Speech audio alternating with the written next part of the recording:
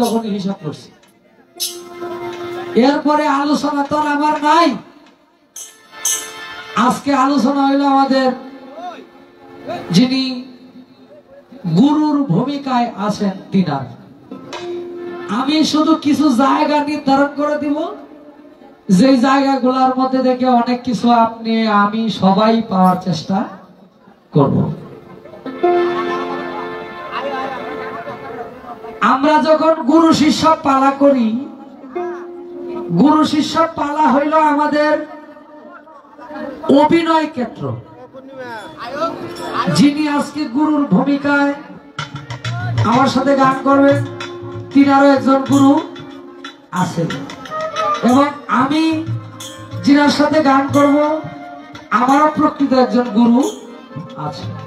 গুরু শিষ্যের ভূমিকায় গান করে আপনাদেরকে দেওয়া মাত্র হলো কিছু তত্ত্ব গান এবং কিছু তত্ত্ব কথা, যেগুলা আপনারা স্মরণ, অনেকের স্মরণ আছে আবার জানে, কিন্তু অনেকের এই বিষয়ের উপরে বেশি একটা জ্ঞানে অবগত নাই। তাদের জন্য অন্তত গুরু শিষ্য বিষয়টা, দরবার সম্বন্ধে বিষয়বস্তু, বায়াত সম্বন্ধে বিষয়বস্তু, এগুলো আমরা প্রকৃত দলিলের যে মূল আলোচনা, এগুলা প্রকাশ পাওয়ার জন্য চেষ্টা করব। আমরা মূলত যখন পালাগানে যাই, গুরু এবং শিষ্যের পালাগান, আগে হইল গুরুরে ভক্তি দিতে হয়। শিষ্য শব্দের আবেদনিক অর্থ হইল শিশু বা আকাঙ্ক্ষাকারী। দুইটাই অনেকে যে যেভাবে নেয়। আচ্ছা, আপনি যখন ইলেকট্রিক একজন মিস্ত্রি আমারে কইব যে বাবা, এই যে এদিক দিয়ে ভরভর্তি একটা লাইন আছে, এটার মধ্যে তুমি সরাসরি ধরতে পারবা না। যদি ধরো তাইলে তোমার শর্ট খাইয়া তুমি এই পৃথিবীতে আর থাকবে না।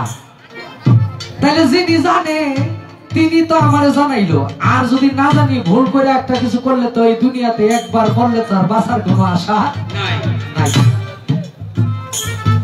আপনার কাছে আমি গানে যাওয়ার আগে এই যে ভক্তিটা যে অনেকেই দেয়, আজকে আমার কয়া কয়া সব নিতে হইব, আন্তাজি আমি কিছু করতাম না। ভক্তিটা যে অনেকেই নেয়, ভক্তি আমি দিব। আপনি আমারে ভক্তি দেওয়ার যে বিষয় বস্তু, এটা কেন দেওয়া হয়, এটা দিলে কি উপকার হয়, আর না দিলে কি ক্ষতিটা হয়। আমি গুরু ওই জায়গায় আছি, হনো আল্লাহ ব্যতীত সেজদা কেউ পায় না।